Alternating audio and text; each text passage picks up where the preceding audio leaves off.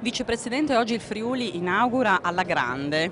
Beh, alla grandissima, non alla grande, abbiamo oltre 180 aziende presenti, abbiamo le nostre eccellenze, abbiamo qui con noi Gianfranco Gallo, Via di Romans, che verrà premiato con il premio Can Grande, che per noi è una grande soddisfazione. Poi avremo anche Livio Felluga che avrà un altro premio internazionale. Beh, insomma, noi oggi ci presentiamo con le nostre eccellenze, con il nostro sistema vitivinicolo, che sappiamo quanto importante sia per il PIL, per la nostra economia del Friuli Venezia Giulia, e soprattutto però ci presentiamo anche guardando al futuro, perché senza una nuova strategia, senza adagiarsi sui trionfi del passato, sui nostri grandi vini bianchi, abbiamo bisogno di rilanciare, di essere sempre più competitivi con prodotti di qualità. La qualità che va messa in tutte le fasce della vitivinicoltura del Friuli Venezia Giulia, perché abbiamo aziende come appunto le Vie di Romans che sono all'eccellenza, poi abbiamo altre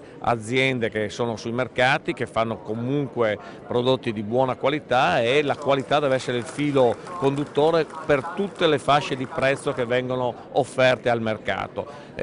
Si può fare qualità anche con fasce di prezzo di prodotti più basse. Questo deve essere il filo conduttore del Friuli Venezia Giulia, non possiamo permetterci altre strade. La qualità, la ricerca, la capacità di dare al mercato quello che chiede, ma sempre all'interno di questa parola che diventa una parola importante: qualità.